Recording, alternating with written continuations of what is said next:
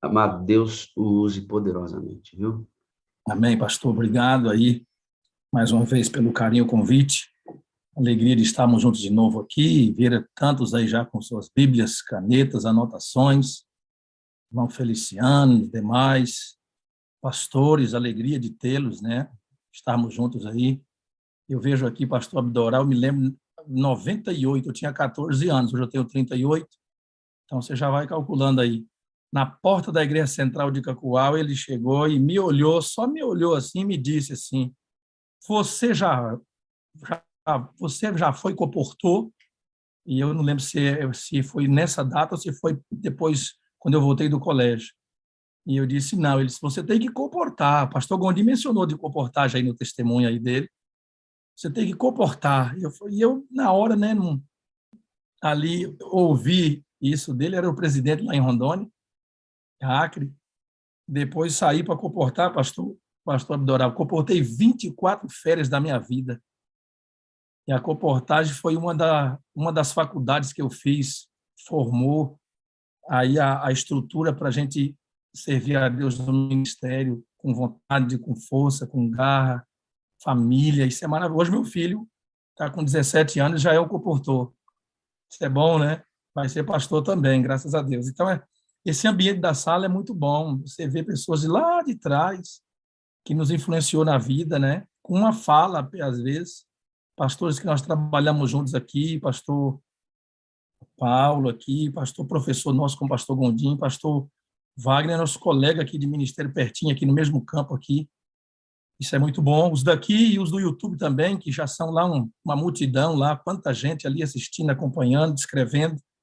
Ontem nós conversamos, meus irmãos, sobre a teologia da prosperidade, né? O que ela fala e o que ela deixa de falar, os seus malefícios para a vida cristã, de onde ela saiu, né? Começou com o tema da saúde, depois entrou a questão financeira, suas propostas, e infelizmente tem feito aí um estrago na vida de muitas pessoas. Quantas pessoas já encontrei, né, decepcionadas porque tiveram que doar tudo para a igreja, porque foram convidadas a fazer isso, né, em resposta a uma bênção a buscada, né? Então passou a casa em nome da igreja, o carro, né?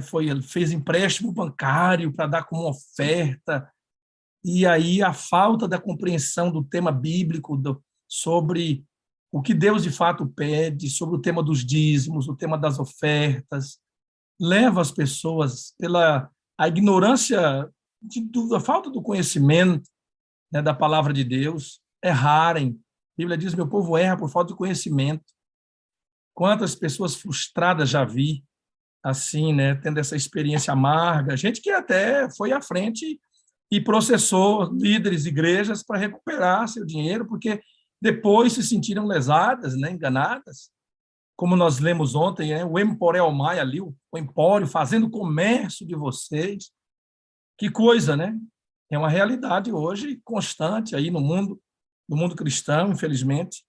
Então, para que a nossa base de fé se consolide naquilo que assim diz o Senhor, nós vamos hoje transpor o tema da teologia da prosperidade para, de fato, o tema da fidelidade, o que Deus pede de nós, né? O que Deus, de fato, pede de nós na Bíblia em relação à, à, à nossa experiência financeira, às nossas propriedades, às nossas posses. E esse tema é um tema muito bíblico, irmãos. Por exemplo, você vai para o tema da oração, você tem uma média de 500 versos da Bíblia lidando com o tema da oração. Só que quando você vai para o tema financeiro, você tem uma média de 2.500 versos falando sobre dinheiro. Se dinheiro não fosse importante para o ser humano, não fosse importante para o cristão, para que tanta menção sobre o dinheiro na Bíblia? Né? Jesus chega até a usar um nome de um Deus, né? Mamon, é o Deus do secularismo, da aquisição, do ganho, do materialismo. Ele chega a dizer, olha, não tem como servir os dois, né? Porque o coração do homem com a natureza pecaminosa é tomado com isso, né? Compramos o que não o que não precisamos com o dinheiro que nós não temos para agradar a quem não gosta, né? E por aí vai, né? Somos tomados pelas ofertas da vida, né? Compre, aí está lá aquele cartaz enorme, né? Sem entrada, mas a gente esquece que também não está escrito sem saída, né? Sem entrada, entramos assim nas dívidas da vida, né? A Luciana aí deu um sorriso espontâneo, é verdade? Odilon e Viviane, é verdade não? Compre sem entrada, aí lá vamos nós. Para pagar só o ano que vem, aí vamos nós. Eita, Jesus! E entramos nessa vida e vamos gastando e vamos comprando, às vezes compulsivamente, compulsoriamente, né? O cristão precisa aprender a fazer orçamento familiar, o cristão precisa aprender a fazer reserva de emergência, o cristão precisa saber fazer investimento, poupar. Isso aqui não tem que ver com o mecanismo financeiro em si, não. Isso aqui é a orientação de Deus. Sabia disso? Existe um conselho inspirado para nós que diz assim: fugir da dívida, como se você fugisse da lepra. Já pensou? Que coisa? E às vezes nós vamos só adquirindo. Aí, de repente, nos encontramos numa montanha de dificuldade financeira, e aí vem aonde essa dificuldade vai resvalando. Aí o casamento começa a ter problema. Qual é o casamento que fica bom? Cheio de dívidas. Eita, meu Jesus, e vai embora, e vamos, irmãos. Mas em um outro momento podemos aqui, talvez, pastor Wagner, no futuro, trazer para vocês, né? Eu sei que tem outras pessoas aqui, até especialistas na área financeira, que não é o meu caso. A gente vai estudando alguma coisa, mas é para ensinar para a igreja. Mas, ultimamente, eu tenho ensinado para a igreja a fazer um orçamento familiar, a saber como é que se faz o reserva de emergência, como é que você consegue investir. Né? Investir não que vou investir para ficar rico, é investir para você conseguir, para em alguma situação e outra, ter um conforto que não seja pecaminoso. Né? Planejar uma viagem de férias com a família, para o Nordeste, para um lugar bonito. É pecado fazer isso? Jamais, meus irmãos. Jamais. Só que se a gente não souber lidar com o tema financeiro. E aí, você acha que é importante o tema financeiro, sim ou não? Tremendo, tremendo. Então, a Bíblia traz isso para nós. Né? A teologia da prosperidade quer arrancar isso do povo. Ligado isso ao elemento da fé, mas a Bíblia traz a teologia da fidelidade. Então, deixa eu começar com vocês a partir de uma compreensão bíblica de temas bíblicos que a Bíblia supervaloriza em detrimento a outros. Por que eu digo supervaloriza? Porque todos na Bíblia são valorizados, são importantes. Que seja uma genealogia. Fulano gerou fulano, e vai aparecendo cada nome que para nós hoje é estranho. Aquilo ali tem uma importância, está na Bíblia, então é importante, né? Só que há temas na Bíblia que tem que sobrepõe a outros na questão da sua relevância para a nossa caminhada. E aí nós encontramos, primeiro, quantidade. Um dos fatores é esse. A quantidade de vezes que esse assunto está dentro do cânon bíblico, dentro do Antigo e Novo Testamento, revela que ele é importante. Por exemplo, santuário. Se eu vou estudar o tema do santo, meus irmãos, quantos livros da Bíblia lidam com o tema do santuário? É demais importante entender sobre o santuário. Vamos agora pensar em pessoas. Eu vou lá para os 12 filhos de Jacó. Eu tenho 10 capítulos no livro de Gênesis que fala só sobre José. Aí eu pergunto, será que eu não tenho muito mais a aprender com José do que com os outros? Que tem nome dos 12 que você nem lembra? Você nem lembra, se for pedir agora, fala o nome dos 12 aqui, você não vai conseguir. Às vezes todo mundo vai conseguir lembrar. Zebulon, Azer, Naftali, entendeu? E por aí vai. Então, quando eu encontro um tema na Bíblia repetido, opa, dê atenção um pouco mais, porque isso tem um peso maior, compreende? Então, quando eu encontro também agora essas repetições na verbalização, isso também é importante. Por exemplo, Jesus conversando com Pedro, lá em João capítulo 21. Jesus conversando com Pedro, o que ele fala para Pedro? Pedro, tu me amas? Aí tudo bem, amo. Mas ele pergunta de novo, tu me amas? Aí tu me amas? Rapaz, Pedro já ficou até quase assim, mas aí ele entendeu. É na repetição que Jesus deu a ênfase da importância. Aí Pedro entendeu, abriu o coração ali, falou algo especial para Jesus ali, que é interessante, né?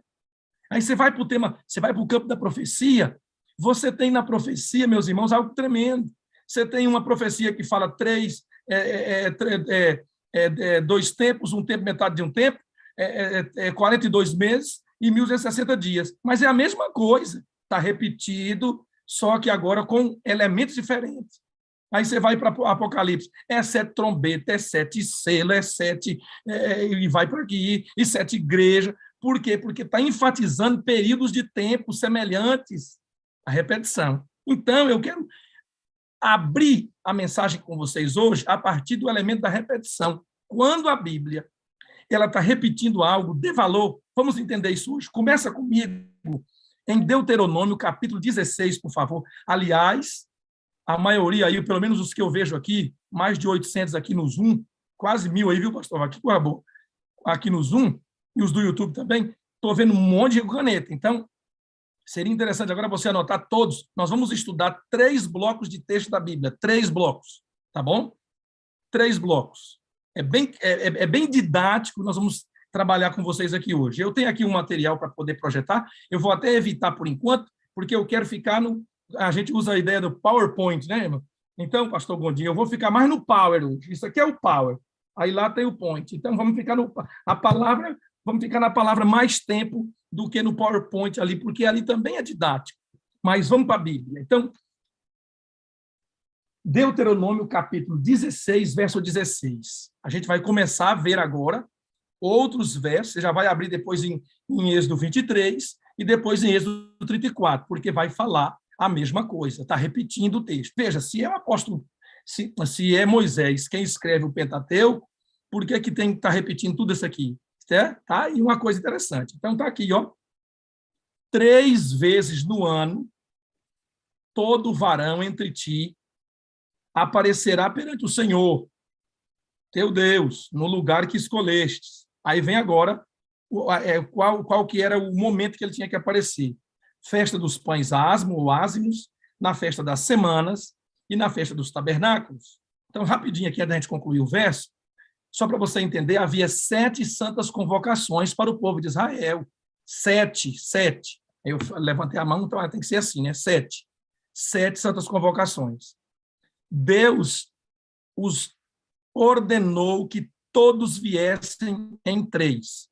Aqui estão as 3 que eles não podiam faltar. Todo varão aparecerá perante o Senhor. Então, vão vir para o templo, vão vir adorar, vão vir fazer um conglomerado, um ajuntamento nessas santas convocações. E aí, então, o Senhor diz agora a maneira como ele deveria aparecer. Não aparecerá perante o Senhor de que maneira? De que maneira? De mãos o quê? Mãos vazias. Pastor Gondim ontem me falou do livro, viu, pastor Gondim? Olha que beleza. Você tem um livro sobre esse tema, né? Um livro, depois é bom aí falar desse livro para o pessoal. Aliás, está aí um bom... Eu vou recebê-lo, vai chegar para mim para poder estudar, distribuir para os meus líderes de mordomia dos campos aqui, minha liderança, de pastores, mas está aí um bom livro para você adquirir, para entender sobre esse princípio na Bíblia. Não aparecerá perante o Senhor de mãos vazias. Então, não vou explorar isso aqui. Pastor Gondim está aí, é especialista, vai trazer isso no livro de maneira muito mais profunda, poderá falar isso na sala para nós, mas eu quero pegar essa ideia com você. Não aparecerá perante o Senhor de mãos vazias. Ok. Eu quero ler o verso 17, não estava nem no programa, não, mas por quê? Porque o verso 17, irmãos, ele fala algo muito especial para nós. Ó, cada um oferecerá na proporção em que possa dar. Está falando de uma oferta, segundo a bênção que o Senhor, seu Deus, lhe houver concedido. Lembra da teologia da prosperidade? Que diz que primeiro eu dou para depois eu requerer de Deus? Aqui está dizendo não, aqui a Bíblia está dizendo não. Cada um vai vir e vai oferecer segundo a proporção que possa dar. Como é que é isso? Olha que Deus maravilhoso, que ele agora consegue dizer para mim, ó, é de acordo com o que você possa dar, de acordo com o que Deus lhe tiver concedido. Quem não recebeu nada, não vai trazer nada?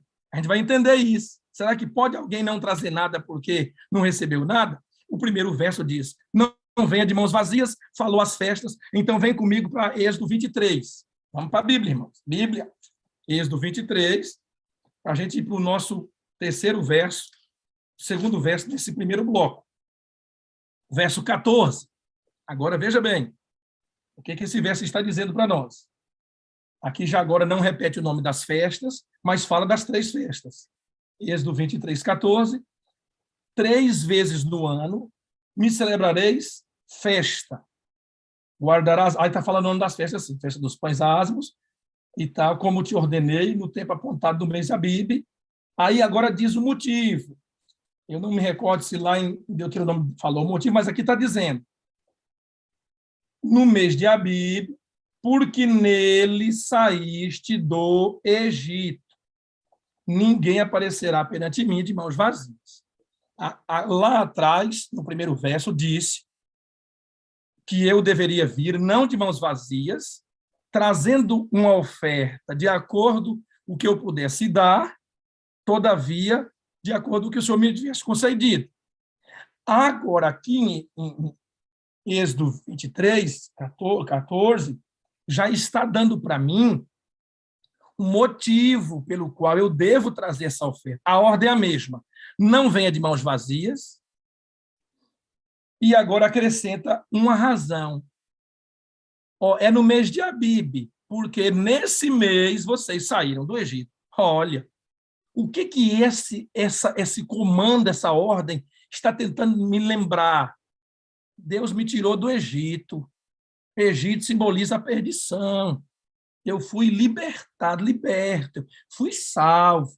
Vai pegando a ideia. Vamos para 34 agora, Êxodo 34, e vamos, então, para o verso 20, que vai falar algo agora já indicado, algo especial, porque está ligado agora com o contexto da primícia. O jumento, verso 20, Êxodo 34, porém, que abrir a madre, resgatá-lo-á como cordeiro, mas se não resgatar, será desnucado. Remirás todos os primogênitos de teus filhos. Ninguém aparecerá perante mim de mãos o quê? Vazias. Apareceu em Deuteronômio, não venha de mãos vazias.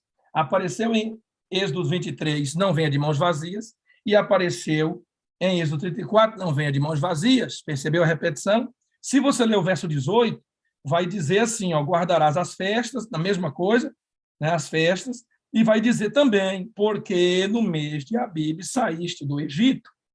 Então, está dando aqui agora já um motivo pelo qual eu deva vir. Então, mas pastor, mas isso aí não é para o povo de Israel, meus irmãos? Precisamos entender que a nossa base litúrgica do aspecto da adoração, no que diz respeito a dízimos e as ofertas, elas estão fundamentadas no Antigo Testamento. O Novo Testamento, ele apenas menciona, cita e confirma. Mas o Novo Testamento, ele não é normativo em relação a alguns elementos que o Antigo Testamento traz. A nossa base, de fato, é aquilo que é estabelecido para o povo de Israel.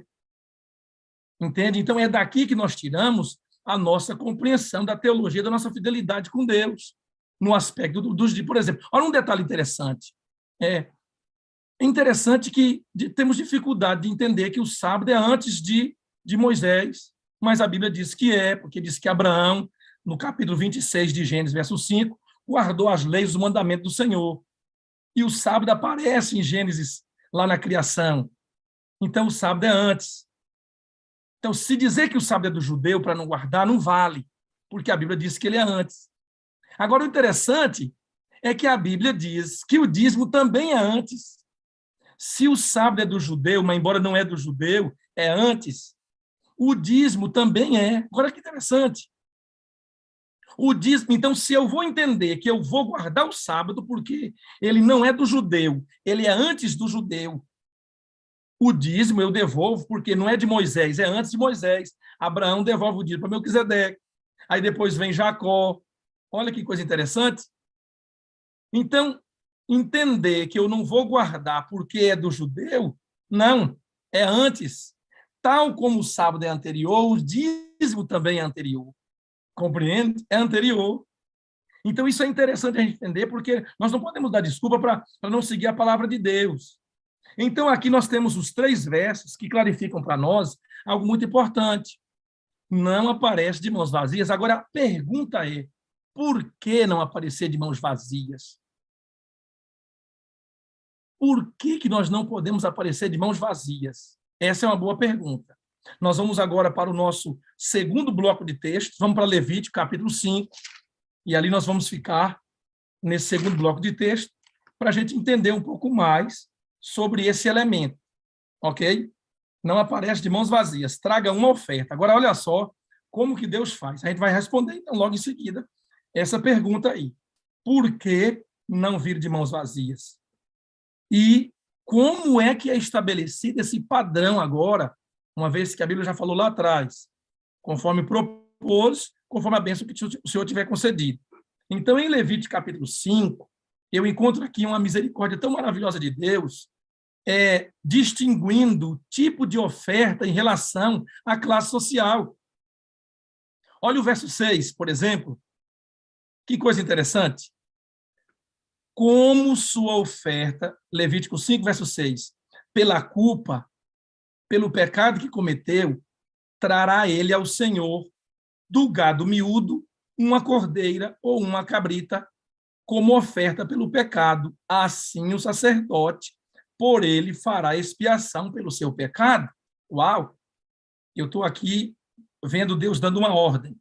Traga uma cordeira, traga um gado miúdo. Para quê? É uma oferta, como oferta pela culpa, pelo pecado, ok? Mas vamos dizer, então, que nem todo israelita tinha condições de trazer um cabritinho. Quanto seria hoje o preço de um cabritinho aí? R$500, R$400, uma ovelha? Talvez hoje nem todos poderíamos ir ali comprar e trazer. Vamos pensar, 3 vezes no ano, não vem de mãos vazias. Traga uma oferta. Lá atrás falou. Ok, agora 3 vezes no ano, 3 cabritinhos, rapaz, para alguns seria talvez muito dispendioso. Olha o que Deus faz no verso 7 agora, ó. Se suas posses não lhe permitirem trazer uma cordeira, trará o Senhor uma oferta pela culpa que cometeu, 2 rolinhas ou 2 pombinhos, como oferta pelo pecado e outra como holocausto. Olha agora Deus fazendo agora a separação de classe social. Se você não tem condições de trazer o cordeiro, só não pode vir de que jeito? Não venha de mãos vazias. Você vai trazer 2 pombinhos. Mas vamos imaginar que o camarada, então, agora está lá, de repente machucou a perna, não consegue caminhar por alguns dias, os meninos são tudo bebezinho pequenininho, e ele, então, não consegue sair para capturar os pombinhos. Ele não tem dinheiro para o cabritinho, mas também não consegue capturar os 2 pombinhos para trazer. Mas ele sabe que ele tem que vir. Primeiro, ele tem que vir à festa, as 3 vezes no ano. Ele não pode vir de mãos vazias e ele tem que trazer o que? Uma oferta. Não tem o dinheiro para o cabritinho, não consigo capturar o pombinho. Aí o que é que Deus fala? Verso 11. Porém, se suas posses não lhe permitirem trazer 2 rolinhas ou 2 pombinhos, oh, meu Deus, olha aqui a misericórdia de Deus. Então, aquele que pecou trará por sua oferta 1/10 parte de um éfa de flor de farinha, como oferta pelo pecado. Não lhe deitará azeite, nem lhe porá em cima incenso, pois é oferta pelo pecado. O que Deus está dizendo agora? Não consegue trazer o cordeirinho, não consegue trazer o pombinho, não venha de mãos vazias, independente da classe social, para o rico, para o pobre ou para o miserável. Eu até deixei aqui a projeção para colocar para vocês. Você vai fazer o quê? Você vai pegar um éfa. Quanto é um éfa? Média de 15 quilos. 10% de um éfa de flor de farinha, a 10ª parte. 10% de 15 quilos, então é 1,5 kg. 3 vezes no ano. Ele teria que ter 4,5 kg de farinha por ano, meu irmão. Quem é que não consegue trazer 4,5 kg de farinha por ano? Aí não tem como viver. Não é verdade? Então, não tem para o cabritinho? Tudo bem. Não tenho para o pombinho, mas tenho para farinha. Aí você fala, pastor, o que tem a ver farinha com o negócio do pecado? Está aqui, ó, oferta pelo pecado. Farinha é porque nós entendemos mal, às vezes, o verso lá de Hebreus. Deixa eu ver se está aqui já para mim colocar para vocês. Ó. Hebreus está aqui. O rico, o pobre ou o miserável. Venha perante o Senhor, mas não vem de mãos vazias. Agora, olha o que diz lá. O que diz Hebreus 9:22? Sem derramamento de sangue não há remissão de pecados, mas essa é a parte final do verso. A parte inicial do verso diz: com efeito, segundo a lei, quase todas as coisas são purificadas com sangue. E por que, então, agora a farinha? Porque você compreende que lá em Isaías 53, Jesus, como oferta pelo nosso pecado, ele foi moído pelas nossas transgressões. Então, o israelita, na hora que não entendeu, não tem o cabritinho, não tem o pombinho, ele tinha que moer o grão para fazer a farinha. É na experiência para com a oferta, é no lidar, é no propósito do coração, é no que ela significa. Porque Isaías diz que ele foi moído da mesma forma como quando nós mastigamos aquele pão sem fermento na Santa Ceia, estamos moendo. Esse é o significado. Ele foi quebrado. O pão tem que ser quebrado para ser entregue para o pecador na ceia. Jesus foi quebrado, não quebrado fisicamente, né? No aspecto de ser moído, também não foi moído fisicamente, mas em relação aos nossos pecados, a experiência é essa. Por isso que a farinha entra aqui no pacote. Compreende agora? Então, não vem de mãos vazias, traga uma oferta. A oferta é de acordo o que você tem condições de trazer. Só não vem de mãos vazias. Agora, meus irmãos, tem uma pergunta para fazer para vocês. Por que que Deus faz isso? Por que que tem que ser dessa forma? Então, quando nós vamos analisar agora o terceiro bloco de texto final, nós entendemos que na Bíblia o sábado é santo. Vocês têm dificuldade de dizer que o sábado é santo? Não, não. Ninguém aqui tem. Por quê? Está na Bíblia, está lá Ezequiel capítulo 20, verso 20, dizendo que o sábado é santo. E está ali mais verso da Bíblia. Portanto, guardareis o sábado, porque santo é do Senhor. Êxodo 31, verso 14. O que mais que é santo na Bíblia? O dízimo é santo também. Trazei todo o dízimo. Está aí Malaquias 3:10. É santo. Tem dificuldade com isso. O dízimo será santo ao Senhor. Levítico 27, verso 32. Mas a pergunta que fica agora é: e as ofertas? As ofertas são santas? Se o dízimo é santo, qual é a qualificação que a Bíblia dá para as ofertas? A Bíblia diz: não vem de mãos vazias, você vai trazer uma oferta. Por que exige isso do israelita? Por que exige isso de nós? E a Bíblia ainda menciona, lembra, porque foi nesse mês que saíste do Egito. O que une todo ser humano debaixo da terra? Você tem um elemento que une todo ser humano debaixo da terra. Todos têm a mesma coisa. O quê? Todos são o quê? E a Bíblia chega a dizer: destituídos estão da glória de Deus. Por quê? Porque todos o quê? Todos pecaram. Todo ser humano é pecador. Quando a Bíblia diz: traga essa oferta, não vem de mãos vazias, e ligando a questão do Egito, porque saíste do Egito, é uma oferta que eu vou trazer mediante a uma memória. Que memória? Eu fui salvo. O Senhor é meu libertador. Essa oferta, então, ela é de gratidão. Essa oferta, então, é reconhecimento de que ela representa a salvação. Por isso que no campo da salvação, todo mundo é pecador, ele não liberou ninguém. Ninguém vai vir de mão vazia. Se o cara falar: rapaz, eu não tenho dinheiro para cabrito, eu não tenho dinheiro para pombinho, e eu também não vou moer farinha, coisa nenhuma, eu vou lá sem nada. O que ele está dizendo ao chegar lá sem nada? Ele não está dizendo que ele é pobre, que ele é rico, não. Ele está dizendo assim: eu não preciso disso. Eu não preciso disso, eu não preciso dessa experiência de expiação, porque eu não sou pecador. Se você for entender a partir da teologia da oferta, aquela pessoa que não é pactuante, aquela pessoa que não é ofertante, ele está entendendo, sem entender, aceitando sem entender, que ele não é pecador. Porque a oferta na experiência do povo de Israel estava ligada com redenção. Meus irmãos, isso é muito especial. Pastor, mas naquele tempo lá só se levava frutas e óleo e animais e não levava dinheiro. Não levava dinheiro também. Naquele tempo levava dinheiro também. E hoje, então, agora nós experimentamos todo o pacote de ofertar. Por que eu não levo cabrito hoje? Não tem sacerdócio, não tem necessidade de espiar, de cortar o pescoço do bichinho. Então, não precisa mais levar cabritinho, pombinho.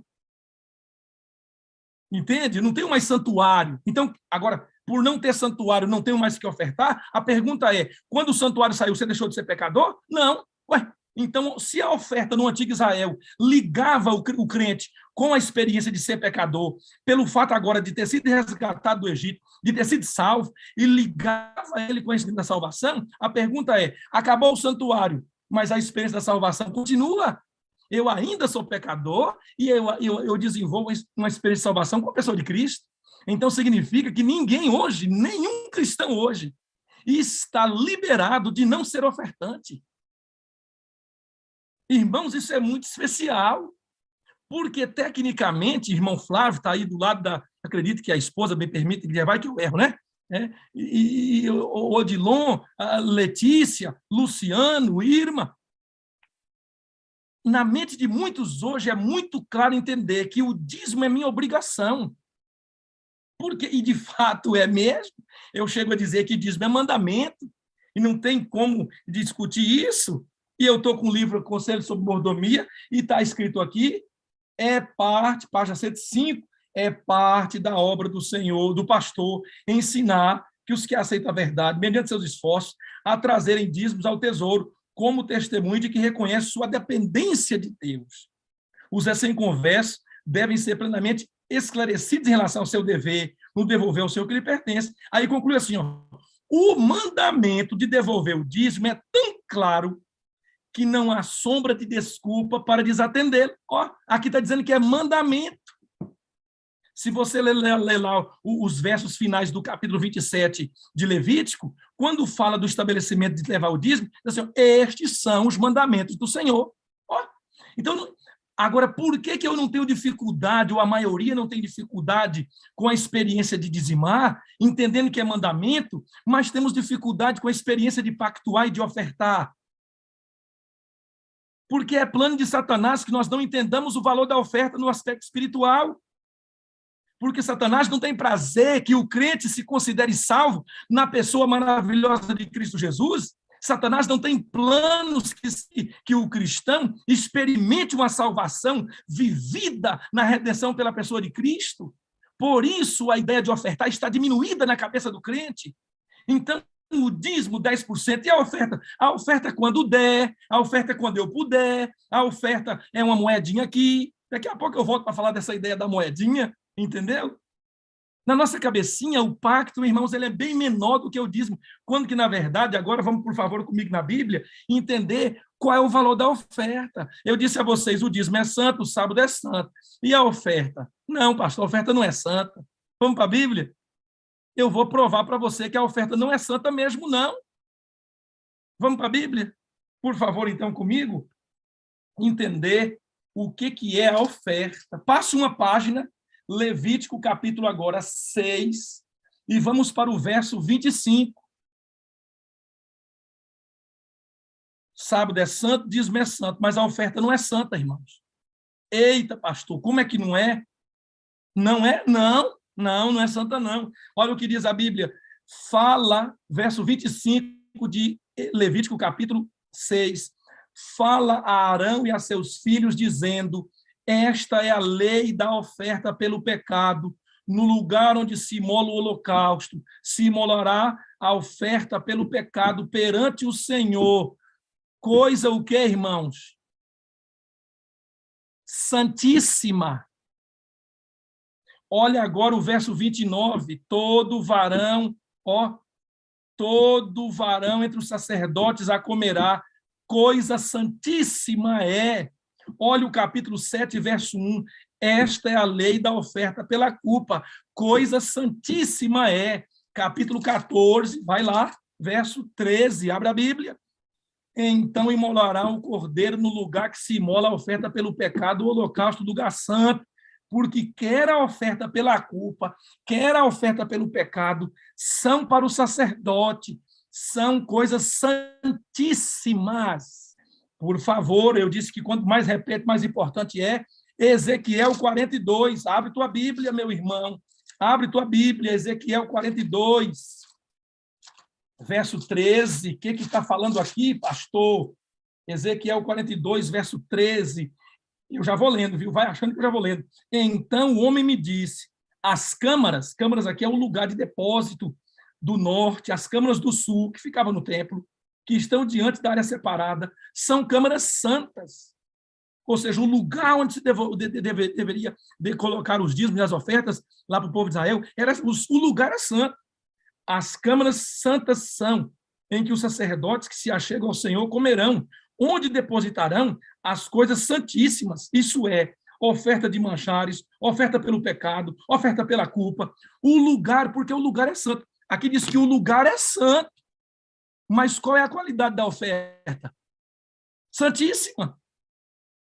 O que eu tenho aqui, irmãos? Eu tenho o superlativo absoluto no hebraico.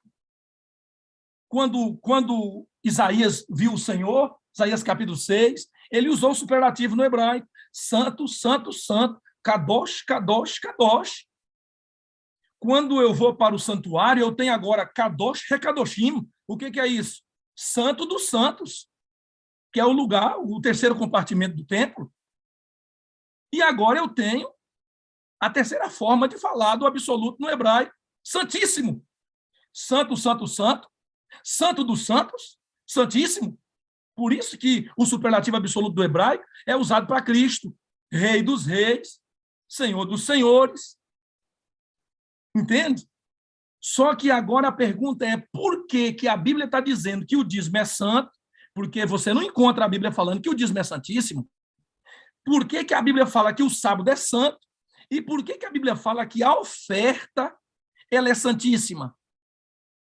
Então, agora parece que uma chave vira na minha cabeça, que eu não posso entender que é minha obrigação devolver o dízimo, sendo que a Bíblia diz que a minha obrigação era levar a oferta. Não vem de mãos vazias. Todo varão tem que vir 3 vezes no ano. Não vem de mãos vazias. Por que não vem de mãos vazias? Porque você saiu do Egito, você foi tirado de lá, você foi livre, você é salvo. E a experiência do ofertar está ligada com a gratidão pela pessoa de Cristo. Então, irmãos, o que o sábado representa? O sábado representa, olha aqui, eu vou colocar para vocês, vou passar de maneira pronta aqui, porque eu já citei os versos. Olha aqui, o sábado é memorial da criação, o dízimo, Deus é criador e Senhor de tudo. Quando o encardido do capiroto vê você se arrumando no pôr do sol, fazendo o pôr do sol, e ele vê você ali, agora indo para a igreja no sábado, ele não gosta, porque você está dizendo, eu sou filho de Deus, ele é meu criador. Quando você separa seus dízimos, olha a diferença disso aqui para a teologia da prosperidade, irmãos. Olha a diferença disso aqui, isso é bíblico. O encardido, ele fala assim, ele não gosta, porque você está dizendo assim, ó, Deus é meu criador e é o Senhor da minha vida, ele é o mantenedor, me pediu 10% da minha entrada. A pergunta é, e as ofertas? Ah, meu irmão, quando o capiroto velho vê você separando o seu pacto para devolver ao Senhor, ele fica mirado, porque a oferta representa unicamente a redenção por Cristo Jesus. Satanás não quer que você vá à igreja com as suas ofertas, não. Então, quando você é pactuante, você vive uma experiência de completude na sua experiência de salvação, porque o dízimo aqui é um mandamento, mas o pacto aqui é um relacionamento de gratidão. É por isso que Deus não estabeleceu a quantidade. Ele diz, olha, se você tem relacionamento para o cordeiro, traga o cordeiro. Se você tem fé para o pombinho, traz o pombinho. Se você não tem fé para o cordeiro nem para o pombinho, tenha fé para a farinha, traga a farinha, meu irmão. Porque lá, por mais que elencasse o elemento de quantidade, aqui nós podemos fazer uma aplicação espiritual e dizer, alguns têm tanta fé, têm tanta força com Deus, estão tão salvos em Cristo, que eles levam o cordeiro. Outros, mas também tem uma experiência de salvação, leva o pombinho. Outro fala, rapaz, mas também tem experiência de salvação, e leva a farinha. Seja cordeiro, seja pombinho, seja farinha, só não pode vir de mão vazia, porque se você vem para a casa de Deus de mãos vazias, trazendo seu dízimo, você continua de mãos vazias, se não trazer sua oferta. E quando você vem sem sua oferta, você está dizendo, eu não saí do Egito, coisa nenhuma. Quando você vem sem oferta, você está dizendo, eu não estou salvo, coisa nenhuma. Satanás não almeja ver o povo de Deus salvo. Por isso o povo de Deus tem dificuldade de entender a teologia do pacto. Por isso o povo tem dificuldade de estabelecer um pacto. Mas em nome de Jesus Cristo, essa sala, esse lugar, é um ambiente de gente esclarecida pela palavra de Deus, que está todo dia aqui buscando alimento sólido, e compreender a vontade do Senhor e praticar. E em nome de Jesus Cristo, aqueles que não são pactuantes aqui, lá no Zoom, vão ser a partir de hoje, em nome de Cristo. Por quê? Porque você é salvo em Cristo, irmão. É em Cristo. Deixa eu ir para o término. Meus irmãos, isso aqui é maravilhoso. O tema maravilhoso. Olha, irmãos, é maravilhoso entender isso. Olha a oferta. Quanto que é? Olha isso aqui, irmãos. Olha isso. Tudo que fazemos deve ser feito de boa vontade. Devemos levar nossas ofertas com alegria e gratidão, dizendo ao apresentá-las, das tuas mãos tu damos voluntariamente. O mais custoso serviço que possamos prestar não passa de ninharia comparado ao dom de Deus ao nosso mundo. Esse dom de Deus é o quê? Jesus. Olha aqui esse texto ligando a nossa oferta com Jesus Cristo, no Cordeiro de Deus. O texto continua. Cristo é uma dádiva a cada dia. Deus o deu ao mundo e ele graciosamente recebe os dons confiados aos seus agentes humanos para a promoção de sua obra no mundo. Então, quando eu oferto, Cristo é minha dádiva, Cristo. Então, grave isso. Dízimo é mandamento e a oferta é relacionamento com o Senhor Jesus Cristo, com a experiência da salvação. Aqui está ligando a oferta a Jesus. Olha esse texto agora. Depois de ser posto o dízimo à parte, sejam as ofertas proporcionais, segundo a sua prosperidade. Aqui está dizendo que existe, e que não é uma teologia da prosperidade, é uma teologia da fidelidade, e eu oferto de acordo o que Deus já me deu, de acordo com o primeiro texto que nós estudamos. Mas ao separar o dízimo, eu preciso separar também o pacto. Olha, então como é que o pacto é aceito? Quando ele é de gratidão pela pessoa de Cristo, quando ele é proporcional. Olha, meus irmãos, dentro de um sistema, está aqui, ó. Olha esse texto agora, que coisa tremenda. Deus não obriga os homens a dar, tudo quanto derem deve ser voluntário. Deus não quer que seu tesouro seja cheio de ofertas dadas de má vontade. Papai do céu está nos dando um recado aqui. Tem que ser voluntário, tem que ser proposto no coração. A Bíblia, cada um faz o quê? Contribua segundo o propósito no coração, não com tristeza ou por necessidade, porque Deus ama quem dá com alegria. Tem que ser com alegria, tem que ser com gratidão, tem que ser proporcional, tem que ser dentro de um sistema. Qual o sistema? O sistema que Deus estabeleceu para o seu povo. Eu tenho aqui na página 101, o que Deus diz assim, ó, Deus deseja que todos os seus mordomos sejam exatos no seguir os planos divinos. Ele não quer alterar os mesmos para praticar alguns atos de caridade. Eles não devem alterar ou dar algum donativo, uma oferta, quando e como eles, os agentes humanos, acharem oportuno. Não posso fazer assim. Não pode ser do meu jeito. Olha esse texto. Não é o vulto da dádiva, não é o pacote de dinheiro que se traz, que torna a oferta aceitável a Deus, é o propósito do coração. Eu estou levando o meu pacto. Por quê? Porque eu sou salvo na pessoa maravilhosa de Cristo Jesus. Ele é meu Redentor, Ele é minha oferta, Ele é Jesus Cristo, justiça nossa. O espírito de gratidão e amor em que essa oferta expressa. Eu me lembro aqui de Tomás de Aquino, que agora consegue entender a gratidão em 3 níveis. O primeiro nível de Tomás de Aquino sobre gratidão é o nível do reconhecimento. Você reconhece que foi abençoado. que foi agraciado com algo que alguém te deu. O segundo nível da gratidão é o nível do louvor. Você louva por aquilo que você recebeu. E o terceiro nível da gratidão que Tomás de Aquino elenca é o nível da retribuição. Olha a diferença entre apenas reconhecer, entre reconhecer e louvar, e entre reconhecer e retribuir. Eu agora levo uma oferta, retribuir, não é que eu estou pagando de volta, é o reconhecimento, é o louvor e a retribuição. Esse reconhecimento que eu estou salvo em Cristo, eu louvo porque estou salvo em Cristo, e eu retribuo, e essa oferta agora é para a pregação do Evangelho, para que outros também reconheçam Ele como Senhor e Salvador. Isso aqui, irmãos, é algo especial demais para a minha vida. Olha isso aqui, vamos concluindo. Então, olha isso aqui, olha esse texto. Cada atividade da vida religiosa, cada atividade da vida religiosa individual e no cerimonial da teocracia do antigo Israel era praticamente acompanhada com algum tipo de oferta.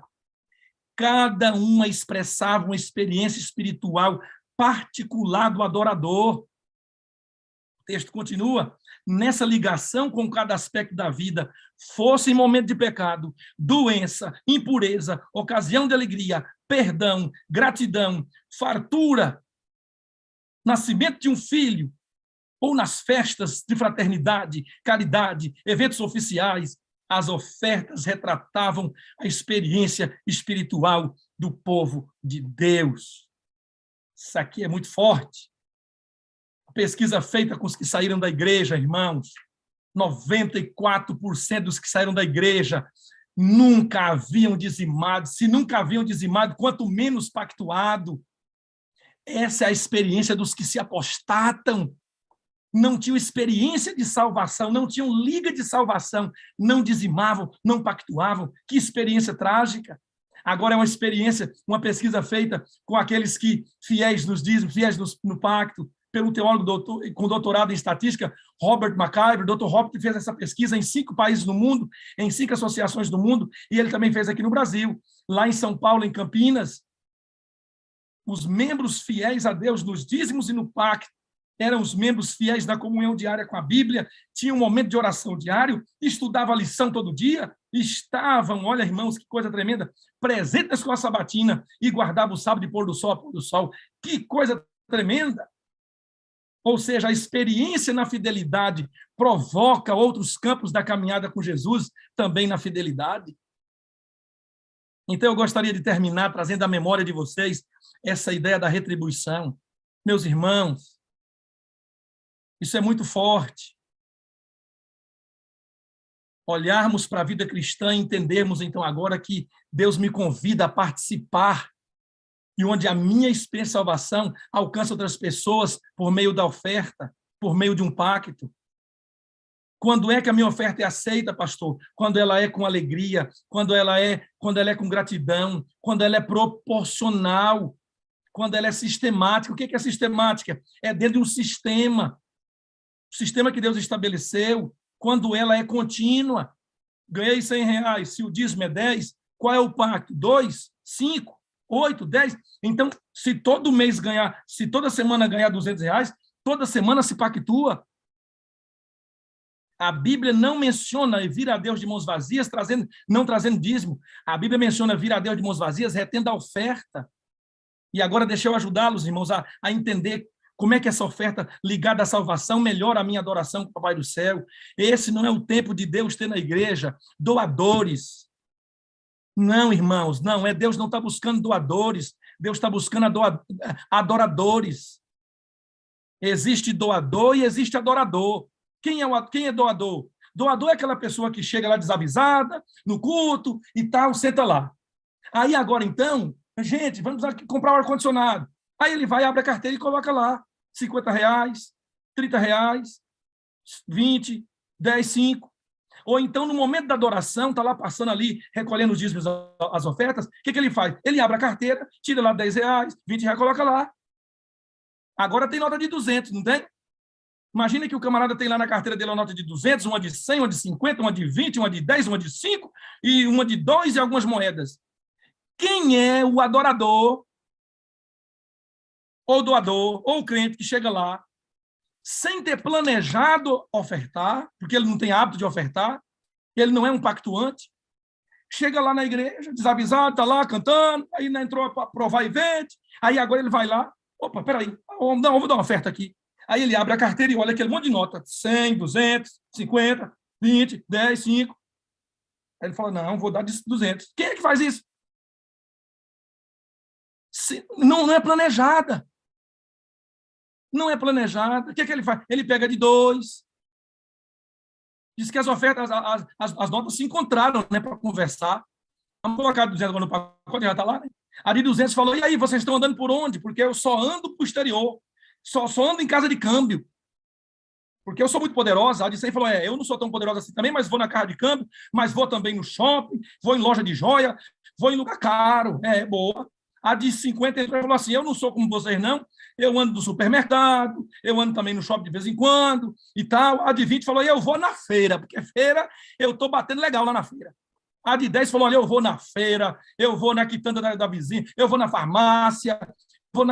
A de 2 entrou, a de 5 falou, vixe, a minha lista é grande, eu tenho andado muito, estou cansada de andar. A de 2 falou, e eu que virei crente? A de 2 falou, eu virei crente, só vou para a igreja. Porque é mais ou menos assim.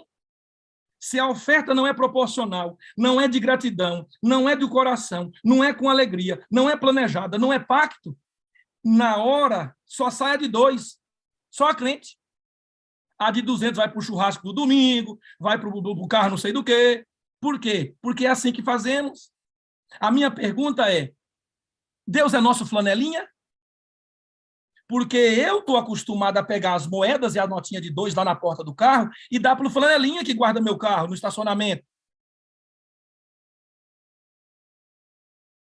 Posso eu tratar o Senhor Jesus Cristo, o que morreu na cruz do Calvário, no meu lugar, como flanelinha que cuida do meu carro por meia hora?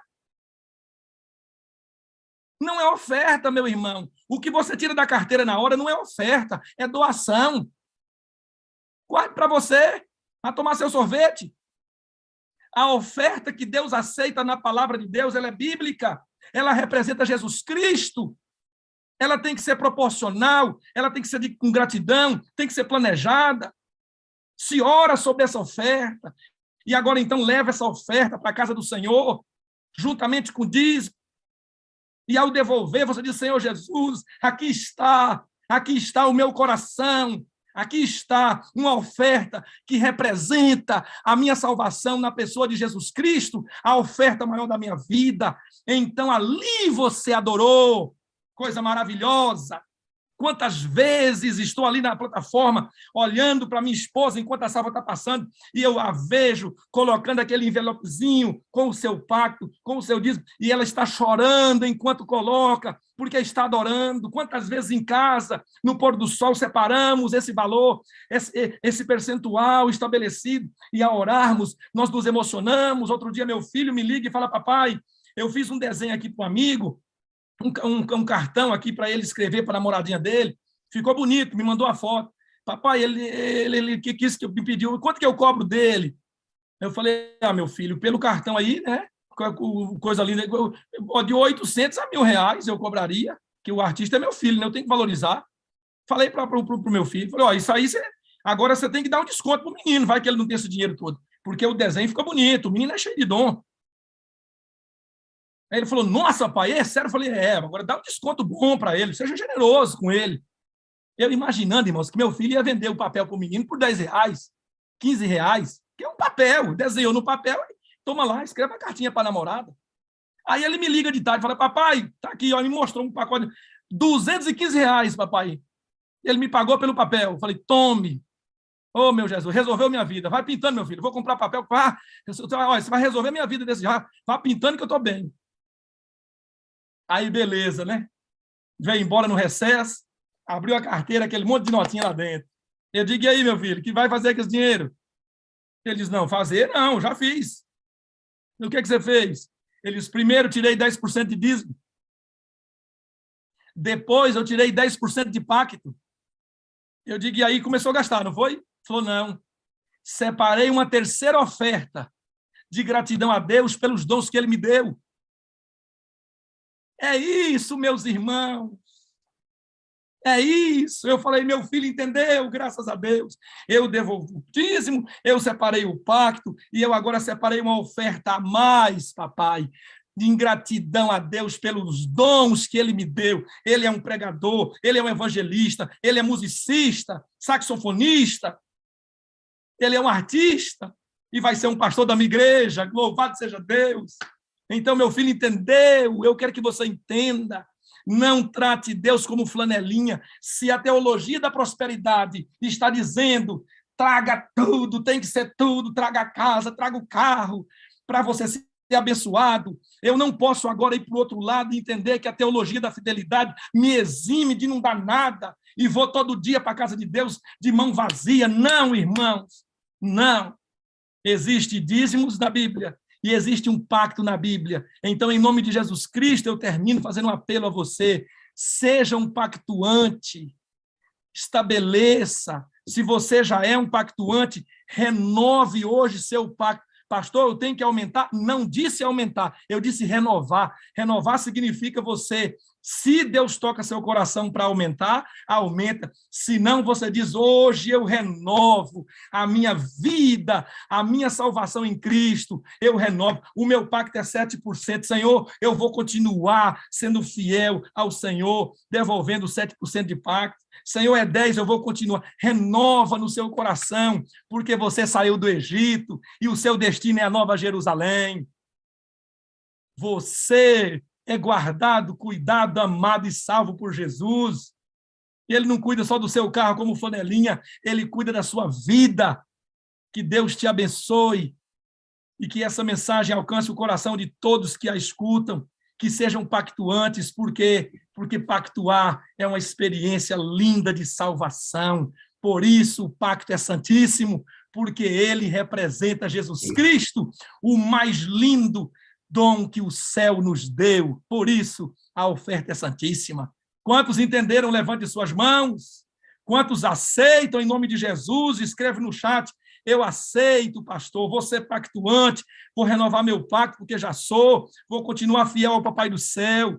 Aqui não é teologia da prosperidade, não, é teologia da fidelidade. Ninguém está dizendo que você vai ficar rico porque é pactuante, mas saiba de uma coisa, Deus cuida de você de maneira especial. Isso é bênção sem medida. Bênção sem medida. É isso que aconteceu com o pastor Gondim. É outras coisas lindas que Deus faz pelo seu povo. Que Deus te abençoe. Louvado seja Deus pelas mãos levantadas aqui, pelas pessoas escrevendo aí no chat do YouTube. Eu aceito, eu entendo. Que Deus te abençoe. Que essa experiência, que essa mensagem de ontem e de hoje permaneça em seu coração. Mande o link, mande aí o link do YouTube para pessoas que precisam ouvir isso.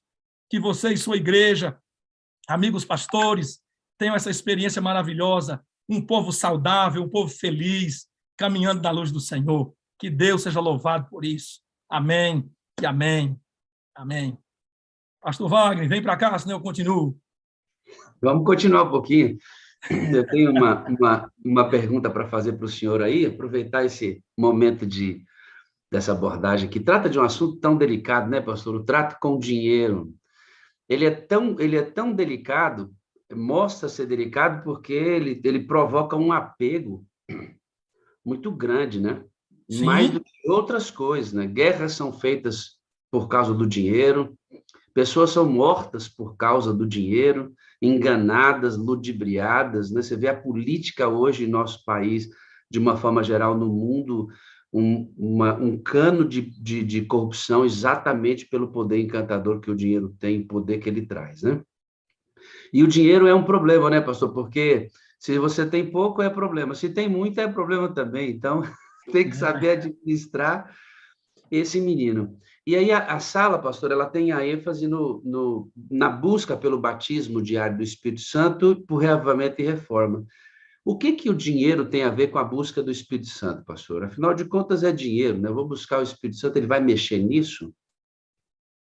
Parte da reforma, né, pastor? Parte da reforma. Como ele reforma a nossa alimentação, como ele reforma o nosso vestuário, como ele reforma a nossa maneira de tratar pessoas. o Espírito de Deus também vai reformar a maneira como nós lidamos com o dinheiro, né, pastor? E, pastor Wagner, para mim, uma das coisas que exemplifica essa presença do Espírito Santo ligada à minha questão financeira é a liberalidade, é a generosidade, entendeu? Generosidade. Não estou falando agora de devolver o dízimo e oferta, não, porque isso é reconhecimento, é mandamento, é gratidão a Deus. A generosidade para com o próximo, ajudar o próximo. Poucos de nós, talvez aqui, temos uma reservinha mensal, eu chego a dizer assim, um pactozinho, né? Ou seja, aquele dinheirinho que a gente guarda todo mês para ajudar o próximo. Deus me deu essa experiência muito cedo com a minha família, dizimista, pactuante, e agora uma oferta separada, uma oferta que não é uma oferta para Deus, é para Deus que é para o próximo.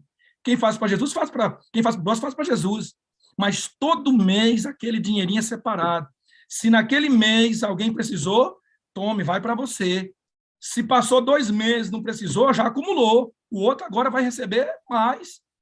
Aí é teologando que a gente manda lá no colégio uma ofertinha de ver pastor Gilson que está aqui, pastor Gilson, um remédio, toma. Irmãos, é recorrente. O Espírito Santo me faz entender que as bênçãos de Deus, irmãos, elas são bênçãos de fato, quando eu entendo recebê-las de mãos abertas. Se eu fechar as mãos, é para mim. Se eu mantiver as mãos abertas, outros podem vir pegar essas bênçãos das minhas mãos. E isso é orientação sobre profecia. E aí, qual que é o problema? Dívida. As dívidas, elas consomem o nosso espírito de generosidade. Se eu não tenho nem para mim, como é que eu vou? Entendeu? Então, o Papai do Céu quer nos libertar disso. O Espírito Santo nos ajuda nisso. Fazendo o quê?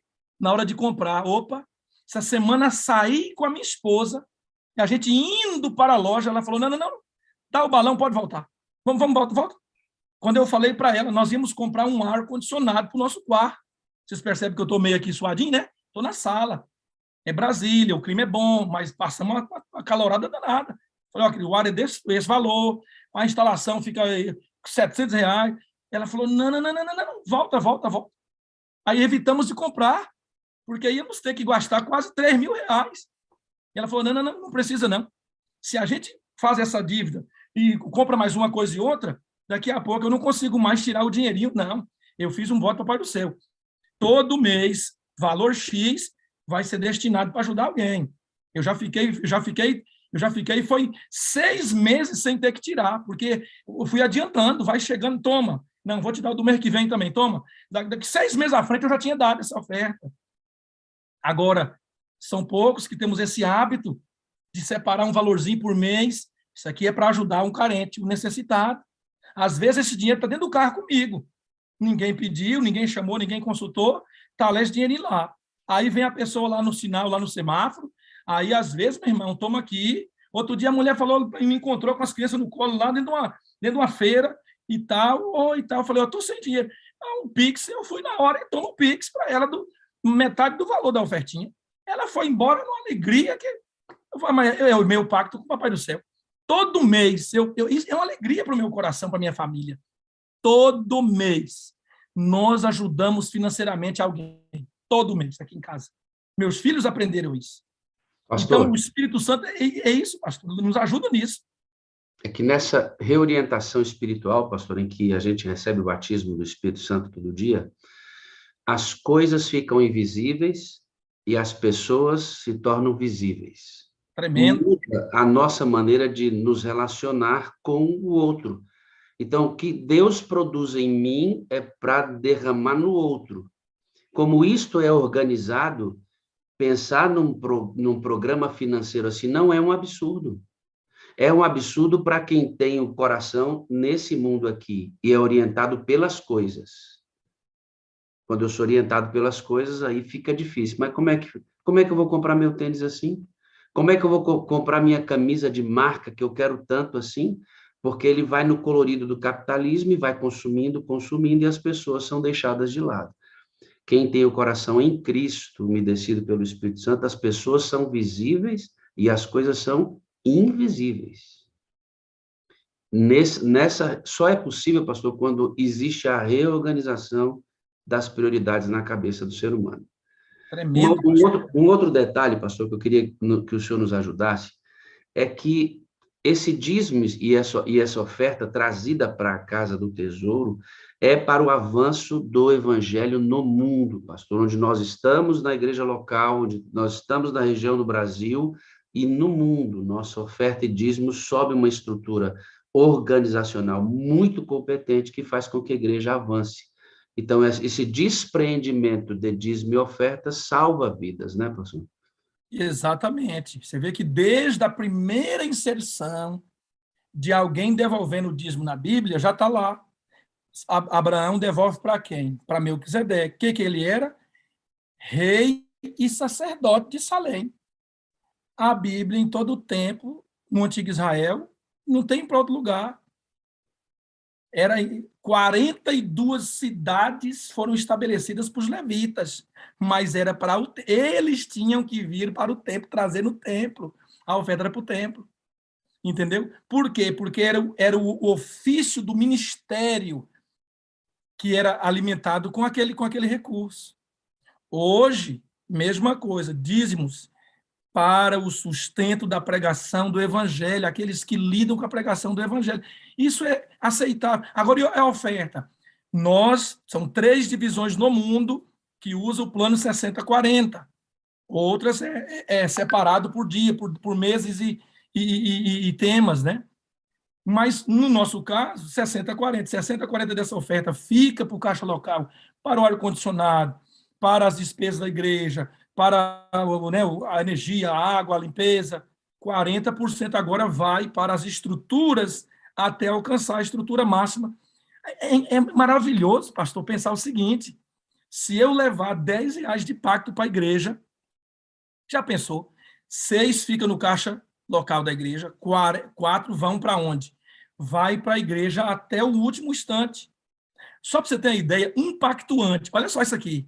Isso aqui é uma estatística tremenda. Tá? Eu tenho aqui em arquivo, mostrar para vocês em outro momento. Não dá aqui agora, não vou ter que procurar. Um membro dessa igreja pactuante há 10 anos, ele já visitou 152 países pregando o evangelho só com a sua oferta. Por quê? Porque é isso que acontece. Vai para o mundo inteiro. Olha que coisa tremenda. Isso irmãos, um plano maravilhoso de Deus. Então, a oferta é para a construção de igreja, é para comprar material espiritual, estudo bíblico, e vai para alcançar o perdido para todo lugar. Por que eu fiz essa observação, pastor? Deus não precisa de dinheiro, irmãos. Deus não precisa, ele é o dono da prata, do ouro, é o dono da vida. Mas como o pecado trouxe a morte como consequência, ele resolveu o problema da morte, consequência do pecado, com a ressurreição e envio do seu filho, ele resolveu o problema da pregação do evangelho a toda nação, tribo, língua e povo, até que ele viesse, tornando-nos participantes desse processo através das bênçãos que ele nos dá financeiramente, pedindo que a gente devolva para a igreja, para que esse valor mantenha o avanço do evangelho no mundo. Então, para o evangelho, solução: coração em Cristo, completamente convertido, que de maneira agradecida devolve seu dízimo e oferta para o avanço na pregação do evangelho.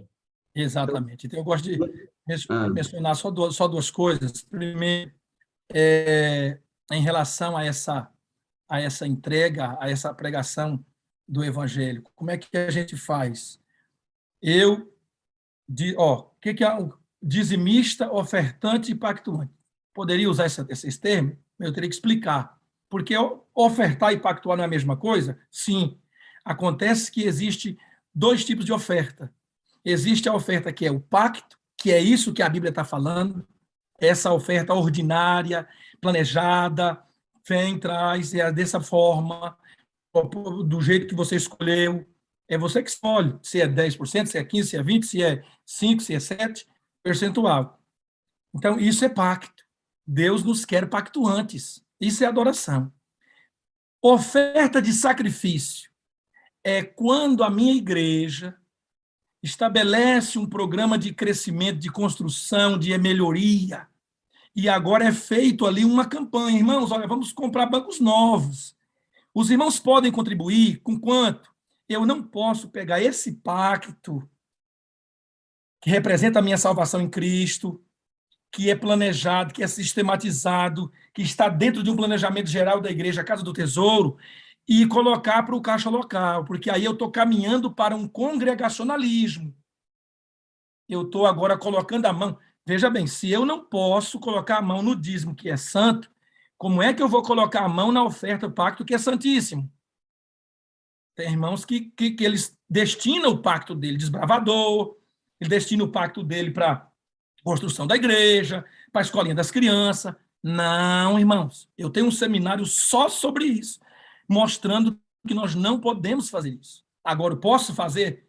A igreja agora vai construir um banco novo. Posso dar uma oferta a mais para a construção? Pô, essa oferta você destina. Essa oferta você encaminha para o setor que está precisando. Essa oferta você é livre, porque ela é uma oferta de sacrifício, só que ela não é o pacto. Volto a dizer, se eu não posso pegar o dízimo e comprar a cesta básica. Por quê? Porque não existe isso. Unicamente trazei todo de a cada tesouro. Você não coloca a mão. Então, eu também não deveria pensar em colocar a mão no pacto, porque se o dízimo é santo, o pacto é santíssimo, a oferta é santíssima. Agora, entendo que eu sou dizimista, sou pactuante, e quando a igreja pede, eu sou um ofertante no aspecto de eu fazer uma oferta de sacrifício. Isso é simples. Ou uma oferta de generosidade para com o necessitado. Mês a mês, eu guardo aquele valorzinho e vou juntando. Quando ninguém precisou, está aqui. Quando precisou, está aqui, né? Isso aí é outra forma de você viver essa experiência, essa liberalidade, essa generosidade. É isso que o Espírito Santo produz. Segunda coisa é que é treinamento, irmãos. Isso aqui é treinamento. Deus está com esse sistema maravilhoso, que não é teologia da prosperidade, é da fidelidade. Ele está tirando do nosso coração o desapego ao materialismo, o desapego. O sistema de dizimar e pactuar é uma prevenção contra o Deus mamon no coração. É simples. Só existem duas razões para alguém não viver essa experiência com Cristo. Ou é ignorância, ele não sabe, não entende, ou é rebelião. Todos aqueles que têm a rebelião no coração, que não aceita, eu não devolvo, eu não aceito, eu vou alimentar pastor, não vou. Irmãos, quem está assentado nesse coraçãozinho é o mamon. Não é mamão, não, é mamon, é o Deus do materialismo. Então, 10% para ele é muito, só que Deus nunca pediu 10%. Deus pediu tudo. O fiel mordomo, batizado pelo Espírito Santo, ele então agora devolve os 10, devolve o pacto, e seja lá qual foi a parte que sobrou, 82, 85, 80 que ficou para ele, esse ele gasta orientado pelo Espírito Santo. Não vai comprar o mais caro, porque é o mais caro e o mais bonito, mas também não vai comprar o fraquinho que vai rasgar com um mês. Entendeu? A quantidade do que vai comprar. Essa loucura, como você falou, esse capitalismo juntando, puxando a gente, promoção, compre tudo, sem entrada e sem saída. Não, meus irmãos, não. Cartão de crédito, pagando fatura, o mínimo. Não existe isso. Parcelar compra. Você passa no mercado agora, a moça pergunta: você quer parcelar? Eu digo: menina, você já viu parcelar comida? Poxa, eu vou parcelar comida, daqui a pouco, mês que vem eu vou comprar de novo, eu vou pagar a parcela desse mês, o mês que vem eu estou pagando a parcela desse mês, já estou comendo de novo. Tu parcela a gasolina de carro? Como é que parcela a gasolina de carro? Se tu vai gastar e vai... Irmãos, é orientação espiritual. Vida, acima. Pastor, aqui nesta sala, pode ser que esteja acontecendo isso, que existam alguns adoradores aqui que paguem em internet local, no telefone, internet residencial e internet de telefone, mais do que as ofertas que levam para a igreja. Ah, sim, sim. Isso é um problema, pastor, porque a gente gasta, como o senhor disse, a nota de 2 se converteu, né? Virou crente. O resto das outras não. Achei interessante essa abordagem. Pastor, para a gente ir para o finalzinho aqui, a gente não pode vincular a guarda do sábado, a boa alimentação, qualquer coisa que o Espírito Santo reforme é a nossa salvação, né? Sim. Dízimos e ofertas, queridos, não tem a ver com sua salvação. Não entra nessa de que você vai devolver o dízimo e oferta e por isso você vai ser salvo. Não. Por favor, não entra nessa. Não entra nessa. Dízimo e oferta, sábado, faz parte da sua santificação. Quem santifica isto, tudo já foi salvo por Cristo Jesus. Sua devolução do dízimo e oferta é a manifestação da compreensão da salvação que chegou na sua vida. Entende? Muitas pessoas, ai meu Deus, se eu não devolver, eu vou me perder. Não é porque você vai se perder, porque você não está devolvendo. Você tem para devolver e não devolve. Se eu não devolver, vou me perder. Não é porque você não devolveu, querida, porque você está sendo infiel. E todo infiel vai se perder. E a maneira como se manifesta a infidelidade na sua vida, talvez seja no dízimo e na oferta, para outro no sábado, para outro no vestuário, e aí Deus vai vendo aonde nós resistimos, e essa resistência vai nos tirar do reino de Deus. Então, dízimo e oferta é santificação de uma pessoa que já foi salva pela graça de Cristo Jesus. Uma última coisinha, pastor, para a gente terminar aqui. A gente pode planejar crescimento financeiro, pastor? Está aqui os irmãos, eles ganham suas frações em dinheiro, ele pode e deve almejar crescimento. O pobre pode almejar ficar rico, melhorar de estágio, melhorar de classe social. É pecado desejar isso? Não, pastor, não é não. É pecado, como a Bíblia menciona o apóstolo Paulo. Alguns, no desejo de enriquecerem, eles então agora vão deixando os princípios da palavra de Deus de lado, vão perdendo a fé, trazendo males para a sua vida. Mas eu creio plenamente que é plano de Deus que o cristão seja organizado financeiramente a ponto dele melhorar a sua condição financeira. Pode ser que não vai mudar de status, por exemplo, ele na sociedade é classe B, C, não vai, agora para classe A, não, de repente você não vai virar um milionário, não é isso. Mas você agora ter saúde financeira. O que é ter saúde financeira? É você não viver nos apertos de cada final de mês. Quando a fatura está chegando, quando as contas vão pagar, aí você, ai meu Deus, e agora não vai dar, e aí vai para os empréstimos, crente indo para a agiota, outros agora nessa afã de mudar o status, não, eu vou enriquecer, aí entra agora nas pirâmides financeiras da vida. Não, meus irmãos, não é isso. Vai de acordo com o Papai do Céu. A Bíblia diz assim, ó, fazei prova de mim, se eu não vos abrir a janela do céu e derramar sobre vós bênção sem medida. Busque de Deus as bênçãos sem medida. Senhor, às vezes busca sem medida. Não é você não conseguir. É tanto dinheiro que eu não consigo contar. Não. A bênção sem medida pode ser, de fato, uma vida confortável na sua estrutura. Eu gosto de fazer a seguinte comparação. Um empresário que tem lá 500 funcionários e um agricultor ou um ribeirinho lá, por exemplo, no Amazonas, que apenas tira lá o açaí do pé para vender. Aí, então, agora, eu pergunto, quem é mais feliz? O camarada lá colhe o açaí, ele precisa só de R$ 500 por mês para comprar lá a farinha, o feijão, o óleo, porque tudo ele tem o peixe para comer ali, o açaí ele toma ali, a mandioca plantada ali, só que ele vende o açaizinho dele, todo mês ele tem R$ 1.000, ele guarda 500 e paga 500 as despesas dele, e come o açaizinho dele, ele dorme depois do almoço, ele curte com a família, ele anda de barco, ele vive. O empresário, às vezes, com 500 funcionários, não consegue tirar férias. O celular não desliga. Porque ele tem um acúmulo de tarefas, ele tem um acúmulo de dívidas para pagar, de compromissos. Aí eu pergunto, quem é mais feliz? Essa é a pergunta certa. Quem é mais feliz? É o milionário lá que tem 500 funcionários, só que ele vive louco da vida. Louco. A família, todo mundo, ai meu Deus, e aquela loucura de tanta coisa que ele está envolvido, ou o outro lá que tem saúde, que descansa, que curte os filhos, que vai pescar com a esposa. Quem é mais feliz? Essa é a pergunta. A questão da vida financeira é essa. É ser rico ou é ser feliz?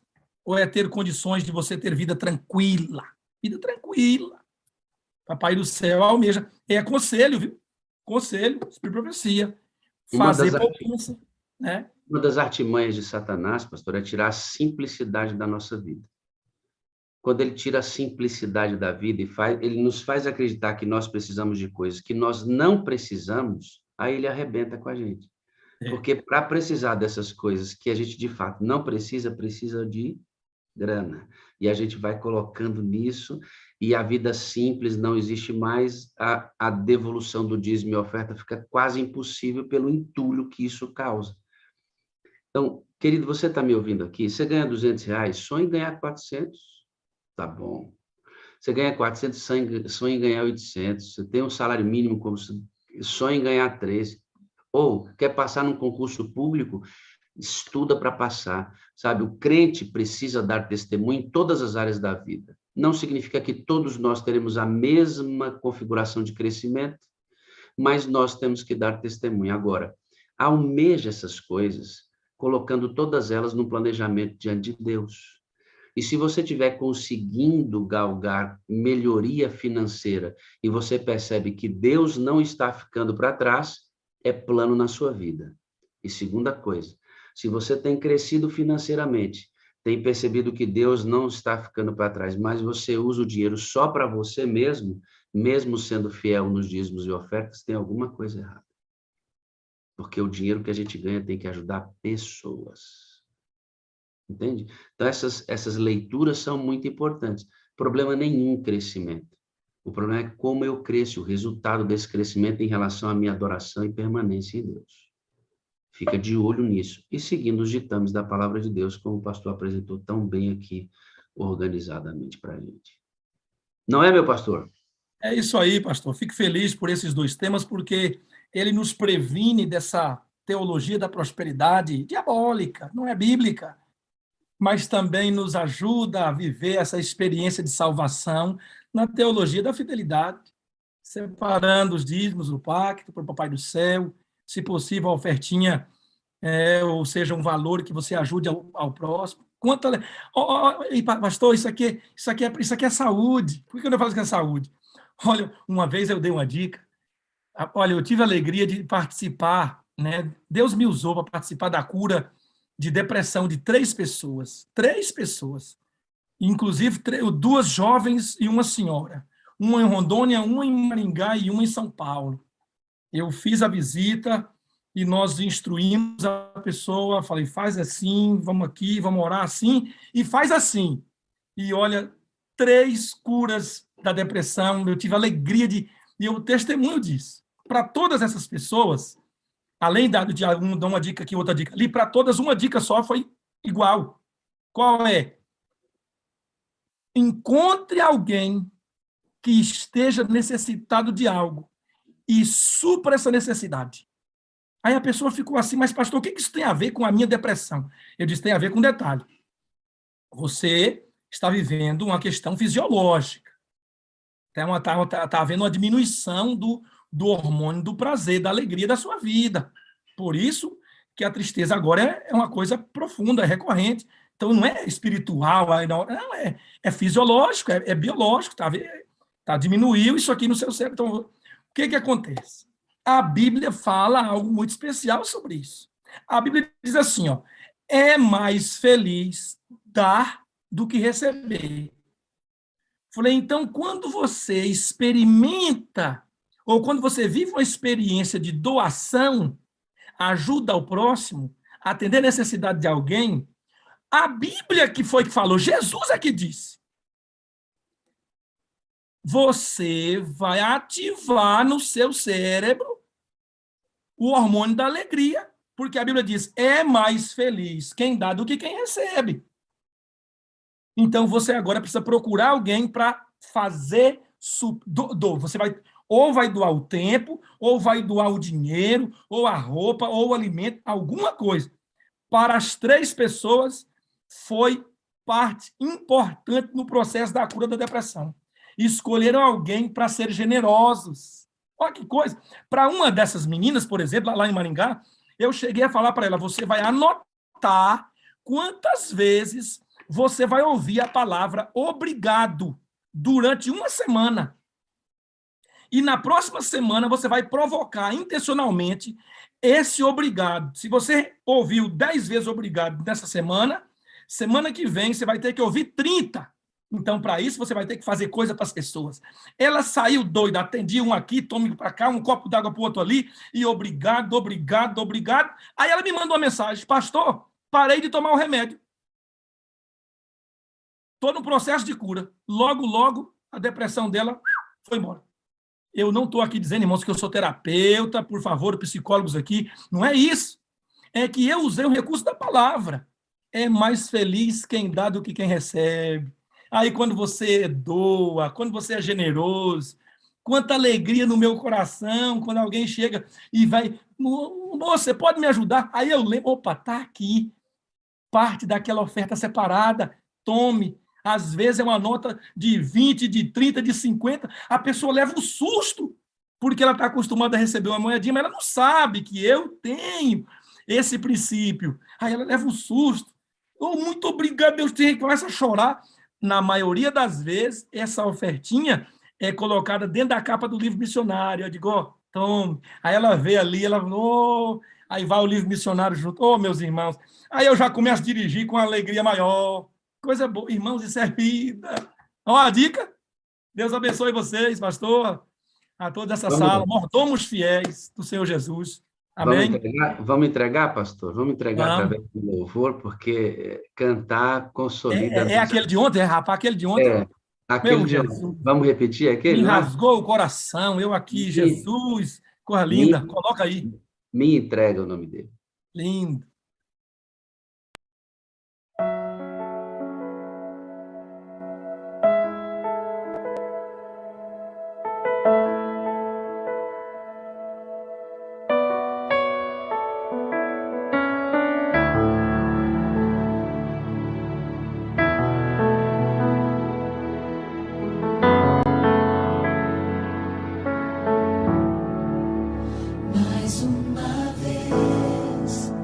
Estou aqui em teu altar, meu Senhor, e dessa vez nada irá impedir a minha entrega e o meu compromisso, Deus.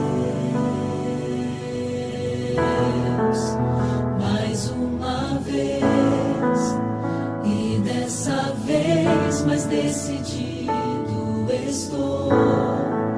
Prepare a festa e os detalhes do céu, pois eu decidi, vou me entregar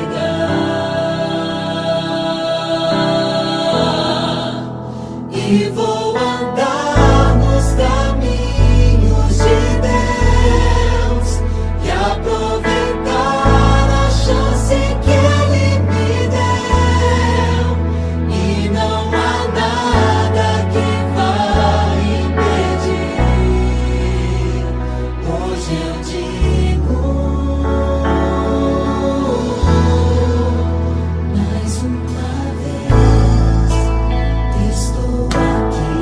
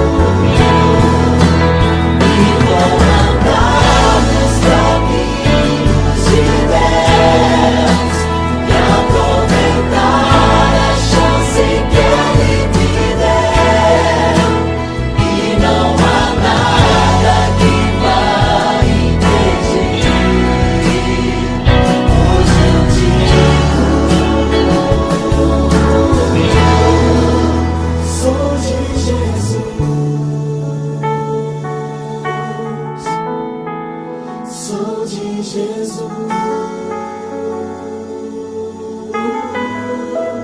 sou de Jesus, sou de Jesus.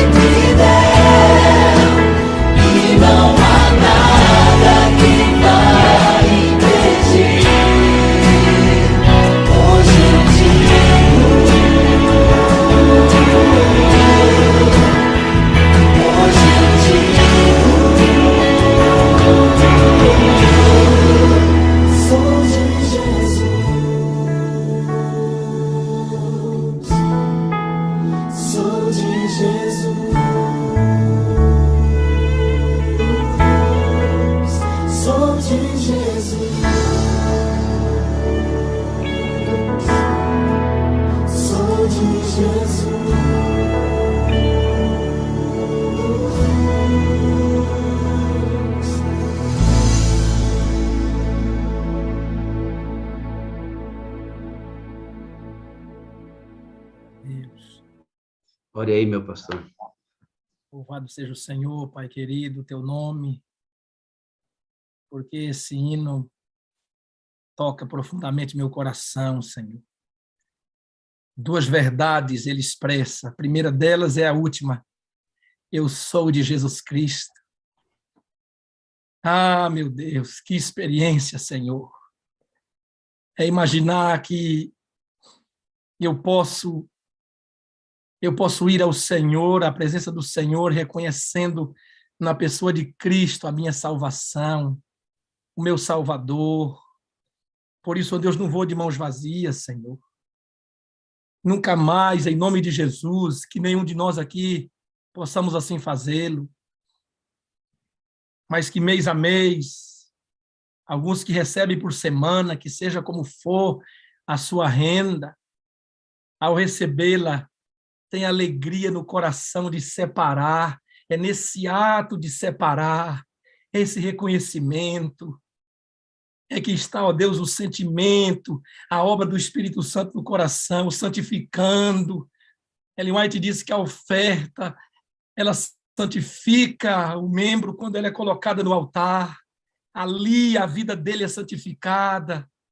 Oh, meu Deus, que experiência maravilhosa, que privilégio nosso poder viver essa experiência de demonstrar para o universo que não foi tomado pelo pecado, que embora nós pecadores, ainda que pecadores, reconhecemos Jesus Cristo, o nosso Salvador. Os anjos não levam oferta diante de Deus, eles só louvam. Mas nós podemos levar a nossa oferta ao Senhor, porque fomos, ó Deus, destruídos na presença e na entrada do pecado, mas fomos reconstruídos e salvos na entrada da salvação através de Cristo. Por isso o hino diz, sou de Jesus, só que o hino também diz, eu vou andar nos caminhos de Deus, vou fazer a vontade de Deus. Meu Deus, que seja essa decisão nossa nessa manhã, renovando nosso compromisso em andar nos caminhos do Senhor. Por isso eu estendo as minhas mãos, meu Pai, para essa tela, onde aqui tem, ó Deus, centenas de pessoas, representando também, ó Deus, agora aqueles milhares lá no YouTube. Ó Senhor, visita teus filhos. Ó, meu Deus, toca seus corações com a tua palavra. E que os que nesse dia tomaram a decisão, ou de renovar, ou de começar uma experiência com o Senhor, como muitos já me procuraram presencialmente, pastor, a partir de hoje nunca mais vou ao Senhor de mãos vazias, vou ser pactuante. Um outro irmão, ó Deus, me traz um envelope e diz, pastor, está aqui o meu primeiro dízimo da minha vida, eu estou liberto pela cruz de Cristo. Ó meu Deus, que cada irmão e irmã aqui vive essa doce experiência, além da experiência de serem generosos para com os necessitados, como a igreja apostólica era, meu Deus, como o Senhor tinha esse plano para o povo de Israel, a não deixar que ninguém passasse fome. Abençoa, Senhor, financeiramente esse povo maravilhoso. Abençoe com saúde, abençoe com emprego aqueles que estão desempregados. Eles querem dar, mas eles só vão dar de acordo com a Bíblia. Só vão levar ao Senhor de acordo com o que o Senhor lhes conceder. Então, ó Deus, os abençoe para que vivam em alegria essa experiência maravilhosa. Peço a Deus o Espírito Santo sobre todos nós nesse dia. Que seja um dia de alegria, de preparação para o sábado que é santo, mas que seja um dia, ó Deus, santificado na Tua presença, pela presença no coração, na vida, na mente do Espírito Santo de Deus sobre todos nós. É em nome de Jesus que nós oramos. Amém e amém. Amém. Eu amo você, viu, meu pastor? Eu também amo você, meu pastor. O Senhor é a parte visível de Deus, e eu creio mais em Deus, pastorzão, porque o Senhor existe, viu, amado? Amém. Você também, eu também. Que Deus te abençoe. Que bênção. Orei por você hoje aqui na madrugada, viu? Amém. Obrigado, querido. Um abraço na esposa aí, um bom sábado, viu? Valeu. Ela está aqui no YouTube, aqui, acompanhando aqui. Grande abraço aí para ela, viu? Valeu. Amém. Obrigadão. Muito bem, concluímos essa fase aí, para nosso reavamento e nossa reforma atinge todas as áreas da nossa vida.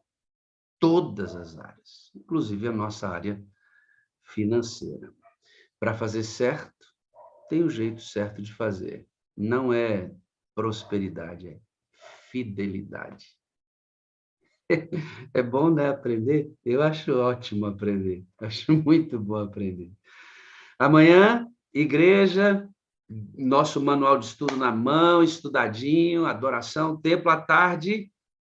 Vamos para o trabalho missionário, visitar os doentes, dar estudos bíblicos. Não fica em casa, não, irmão. Vai lá desaguar, né? Vai desaguar e vamos arrebentar com o inferno, porque nosso trabalho é revelar o reino de Deus. Amém? Muito obrigado a todos que estiveram até aqui adorando conosco. É grande alegria. Eu quero desejar a você, sabe o quê, irmão? Mas bem gostoso mesmo, assim, de sexta-feira, sabe? Um bom dia de preparação. Então, enche o pulmão aí, eu vou liberar seu microfone, e eu quero ouvir um bom dia com alegria, mas aquele assim de sacudir o chão onde a gente tá bom? De sexta-feira, maná em dobro. Vou abrir, hein? Vou abrir. Vou abrir 1, 2, eu vou abrir, irmão, vou abrir. Vamos lá. Bom dia com alegria! Vamos lá! Glória, glória, glória! Com alegria! Deus abençoe! Alegria tá aqui, ó. Feira, vai preparar o sábado, igual você prepara a sua oferta, seu dízimo, sua roupinha. Vai agora arrumar o seu sábado, porque daqui a pouco a gente vai entrar nas horas sagradas do dia do Senhor. Uma alegria estar aqui com você. Eu vou tomar o leitinho direto da vaca. Amém! Vamos lá! Amém! Bom dia, pastor Wagner. Um abraço para Glória! Feliz sábado! Para todo mundo! Dá tchau aí, meu povo! Sábado. Pessoal, Tchau. Eu voltei! Feliz sábado! Feliz sábado! Ótimo, meus amores.